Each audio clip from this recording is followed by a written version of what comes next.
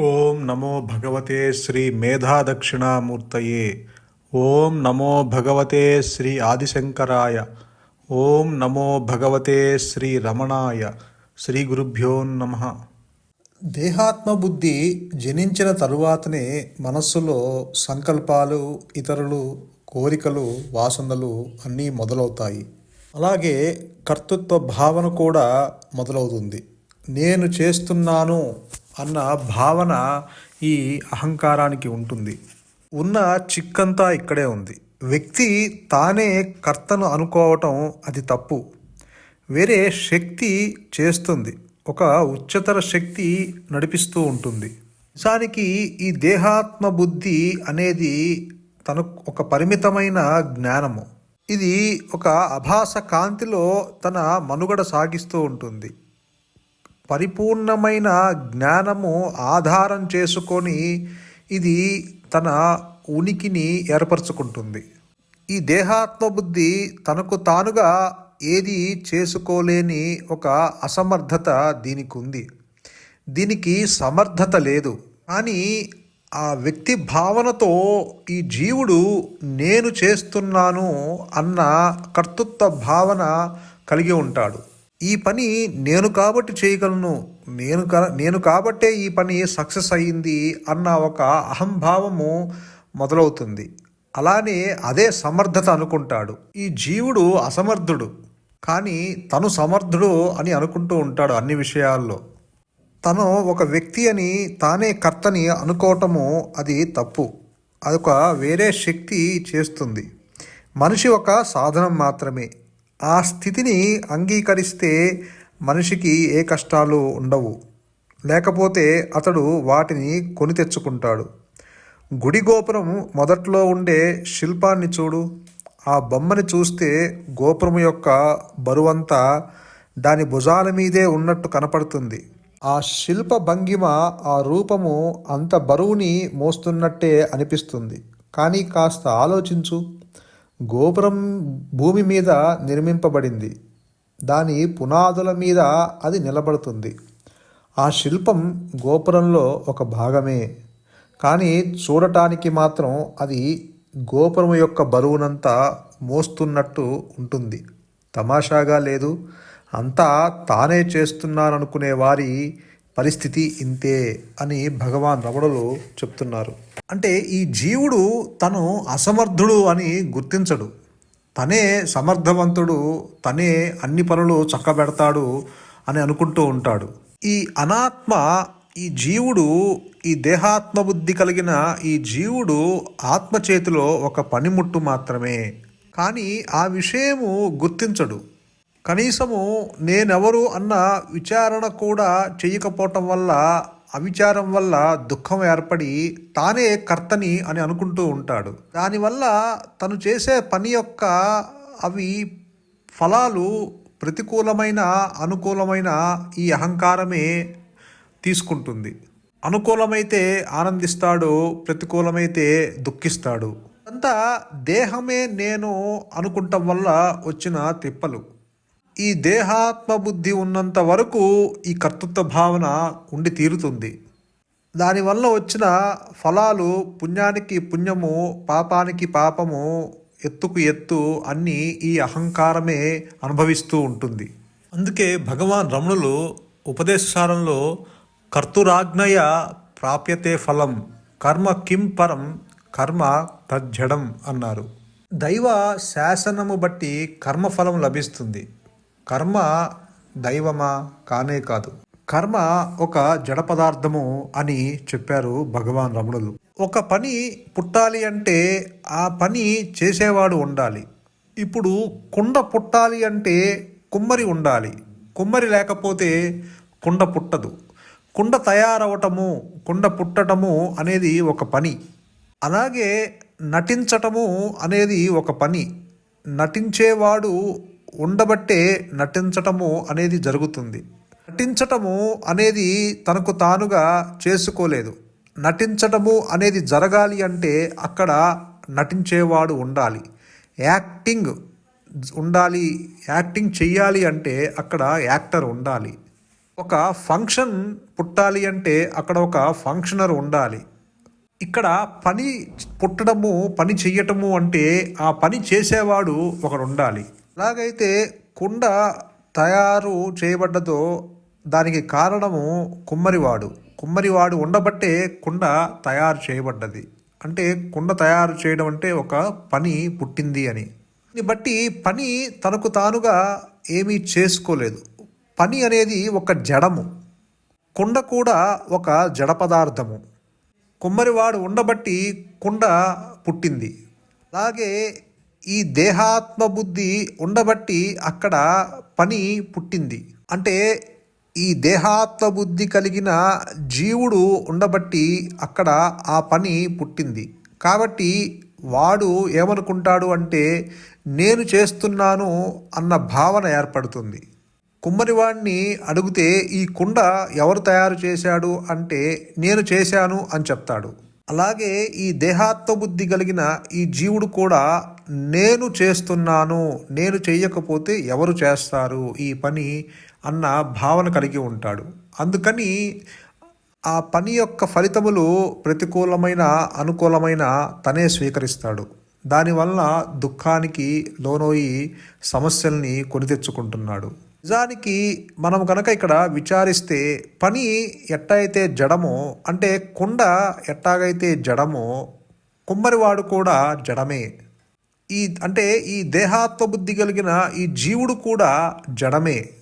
వాడు ఈ పరిపూర్ణమైన జ్ఞానం మీద ఆధారపడి ఉన్నాడు. ఎలాగైతే కుండ కుమ్మరివాడి మీద ఆధారపడ్డదో కుమ్మరివాడు ఆ పరిపూర్ణమైన జ్ఞానం మీద ఆధారపడి ఉన్నాడు. వాడంతటి వాడిగా ఏ పని చేసుకోలేడు. వాడు ఆ స్వయం ప్రకాశమైన జ్ఞానము యొక్క ప్రకాశంలో చైతన్యవంతం అవుతున్నాడు. వాడికి ఉనికి లేదు, ఎగ్జిస్టెన్స్ లేదు.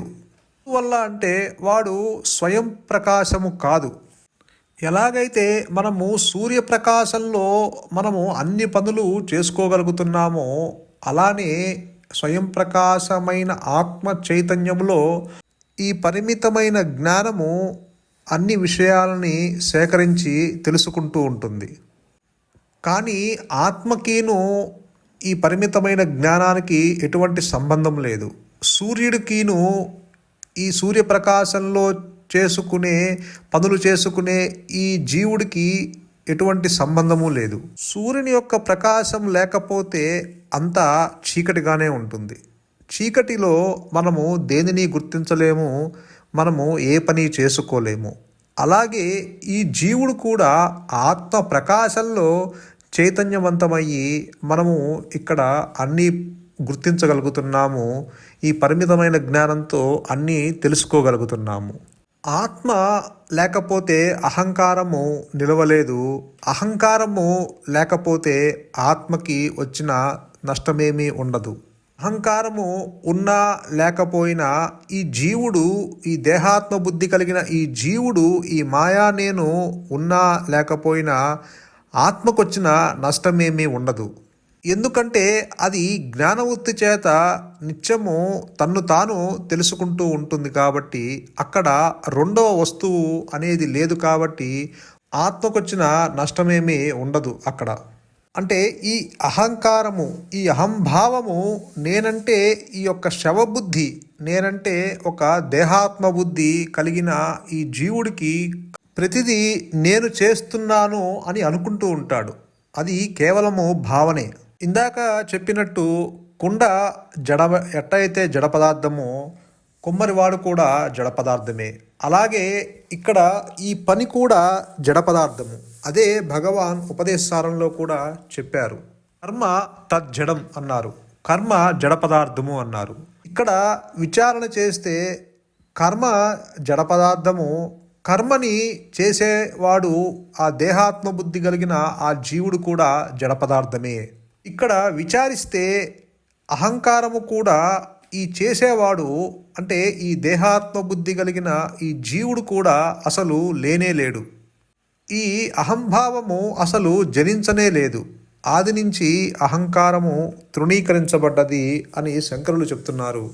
అలానే భగవాన్ రమణులు కూడా అసలు అహంకారము పుట్టనే లేదు. మరి అహంకారం లేకపోతే వాడి ద్వారా చేసే పని ఎక్కడుంది ఇంకా? దీన్ని బట్టి అహంకారము జనిస్తేనే సకలము జనిస్తుంది. అహంకారము జనించకపోతే సకలము జనించదు. అంటే నేను లేకపోతే, ఈ మాయా నేను లేకపోతే, ఈ మాయా నేను ద్వారా చేసే పనులు కూడా లేవు. ఇక్కడ నేను చేస్తున్నాను అని నీవు అనుకుంటున్నావు కాబట్టి కర్మ జడము అని చెప్పవలసి వస్తుంది. నిజానికి కర్మ లేదు, జన్మ లేదు, చావు పుట్టుకలు లేవు, చేసేవాడు అంతకన్నా లేడు. దీని అర్థము అసలు జీవుడు లేనే లేడు. ఉన్నది కేవలము స్వయం ప్రకాశమైన జ్ఞానము మాత్రమే. అంతదాకా దేనికి? నీవు కాసేపు నిద్రపోతేనే నీ చేసే పనులన్నీ ఎక్కడికి వెళ్ళినాయి? నిద్రపోయే ముందు దాకా మరి అందరితోనూ నేను చేశాను ఈ పని, అందుకే సక్సెస్ అయ్యింది, నేను చేయకపోతే ఎవరు చేయగలరు అని ఒక సమర్థత నీ నెత్తి మీద వేసుకున్నావు కదా. అందరూ నిన్ను మెచ్చుకున్నారు కదా. శభాష్, నువ్వు చేయగలిగావు ఈ పని, నీవు లేకపోతే ఈ కార్యము జరిగేది కాదు అని నిన్ను అందరూ గౌరవించారు కదా, అందరూ నిన్ను ప్రశంసించారు కదా. మరి అప్పటిదాకా నీవు ఆ ప్రశంసలు విన్నవాడివి, నువ్వు గాఢ నిద్రలో ఈ ప్రశంసలన్నీ ఎటుపోయినాయి? ఈ పనంతా ఎక్కడికి వెళ్ళింది? నిన్ను ప్రశంసించిన వాళ్ళందరూ ఎటుపోయారు? నువ్వు పడుకునే ముందు దాకా నీవు చాలా పనులు చేసి అలసిపోయి గాఢంగా నిద్రపోయావు. మరి ఆ గాఢ నిద్రలో అప్పటిదాకా చేసిన పని ఎక్కడికి వెళ్ళింది? మరి అది సత్యం అనుకుంటున్నావు కదా. పొద్దునంతా చెప్పారు, నువ్వు చేశావు, శభాష్, నువ్వు చేశావు, నువ్వు చేయకపోతే ఎవరు చేస్తారు ఈ పని అని అందరూ నిన్ను మెచ్చుకున్నారు కదా. నీవు కూడా ఆ ప్రశంసకి పొంగిపోయావు కదా. నీవు కూడా అనుకుంటున్నావు కదా సమర్థుడు అని. మరి ఈ సమర్థంతా ఎటుపోయింది? అది గనక సత్యమైతే గాఢ నిద్రలో కూడా నీకు ఆ పనికి సంబంధించిన ఆలోచనలు ఉండాలి కదా, అక్కడ లేవు కదా. అంటే ఇవన్నీ నీ ఆలోచనలు మాత్రమే. ఆలోచన కనుక నిజమైతే అదే ఆలోచన గాఢ నిద్రలో కూడా కంటిన్యూ అవ్వాలి. అక్కడ కూడా నీకు ఆ ప్రశంసలు, ఆ పనికి సంబంధించిన భావాలు ఉదయించాలి. మరి అవేమీ నీకు ఆ స్ఫురణకు రావట్లేదు. దీన్ని బట్టి ఆ పని సత్యము కాదు, అసత్యము, అనిత్యము. అలాగే ఆ పని చేసేవాడు కూడా అసత్యము, అనిత్యము, వాడేమి సత్యము కాదు. కానీ పొద్దున నీవు మేల్కొన్నప్పుడు నీవు ఉన్నావు, నీ ఉండబట్టే ఆ పని చేశావు. అలాగే గాఢ నిద్రలో కూడా నీవు ఉన్నావు, నీవు ఉండబట్టే పొద్దున్న లేచి హాయిగా నిద్రపోయాను అని చెప్పగలుగుతున్నావు. నువ్వు పని చేసినా చెయ్యకపోయినా నీవు మాత్రం ఉన్నావు, అన్ని అవస్థల్లోనూ నీవు ఉన్నావు. ఆ నేను ఉన్నాను అన్నదే నీ సహజ స్థితి. నేను ఉన్నాను అన్నదే ఆ భగవంతుని యొక్క స్వరూపము, అహం స్ఫురణ. నేనున్నాను అన్నదే ఆ యొక్క స్వయం ప్రకాశమైన జ్ఞానము యొక్క లక్షణము. అదే నీ స్వరూపము. ఈ సత్యమై నిత్యమై అన్ని అవస్థలకి అతీతంగా ఉన్నది, కాలానికి అతీతంగా ఉన్నది, దేశానికి అతీతంగా ఉన్నది, వస్తువులకి అతీతంగా ఉన్నది. కానీ అది నీవు గుర్తించట్లేదు. ఈ మాయా నేనుతో ఒక రాంగ్ ఐడెంటిఫికేషన్ ఏర్పరచుకొని నేను చేశాను అన్న కర్తృత్వ భావన నీ నెత్తి మీద వేసుకుంటున్నావు. నీవు ఒక పనిముట్టు అని నీవు గ్రహించలేకపోతున్నావు. నీవు రైలులో హైదరాబాదు నుంచి అరుణాచలము రైలులో ప్రయాణించినప్పుడు నువ్వేమన్నా నీ వస్తువులు కానీ నీ యొక్క సామాన్లు కానీ నువ్వేమీ నీ నెత్తి మీద పెట్టుకొని మోయట్లేదు కదా. నిన్ను, నీ సామాన్లు, నీ బరువుని అన్నీ ఆ రైలు మోసి నిన్ను గమ్యస్థానానికి చేరుస్తుంది. ఇక్కడ నీ బాధ్యత ఏమీ లేదు, నువ్వు ఊరక ఉన్నావు. నువ్వేమి నీ దేహంతో హైదరాబాదు నుంచి అరుణాచలంకి కదలలేదు, కదలకుండా రైలులో స్థిరంగా కూర్చున్నావు. అంటే నిన్ను, నీ దేహాన్ని, నీ సామాన్ని అన్నీ ఆ రైలు మోసి నిన్ను గమ్యస్థానానికి చేర్చింది. ఇక్కడ నీ ప్రమేయం అంటూ ఏమీ లేదు. అలాగే ఆ పరిపూర్ణమైన జ్ఞానము ఆధారంతోనే, ఆ స్వయం ప్రకాశమైన ఆత్మ ఆధారంతోనే నీవు నీ మనుగడ సాగిస్తున్నావు. నువ్వు తెచ్చుకున్న ఆ పిడికెడు ప్రారంధము, ఆ జ్ఞానము ఆధారం చేసుకునే ఈ అనాత్మ మనుగడ సాగిస్తుంది. నువ్వు తెచ్చుకున్న ఆ ప్రారంధము ఎగ్జిక్యూట్ అవుతూ ఉంది. అందుకే భగవాన్ రమణులు ఏమన్నారంటే, కర్త అనగా ఈశ్వరుడు వారి వారి ప్రారంధానుసారంగా జీవులను ఆడిస్తున్నాడు. జరిగిన దానిని ఎవరెంత ప్రయత్నించినా సరే జరగనే జరగదు. జరిగే దానిని ఎవరెంత అడ్డు పెట్టినా సరే జరిగే తీరుతుంది. ఇది సత్యము. కనుక మౌనముగా ఉండటమే ఉత్తమము అన్నారు. అంటే దీన్ని బట్టి నీ చేతుల్లో ఏమీ లేదు. ఈశ్వరుని ఆజ్ఞ లేనిదే చీమైనా కుట్టదు అంటారు. అలాగే ఈ జీవుడి చేతుల్లో ఏమీ లేదు. ఆ స్వయం ప్రకాశమైన ఆ జ్ఞానము ఆధారంతోనే ఈ సృష్టి అంతా మనుగడ సాగిస్తూ ఉన్నది.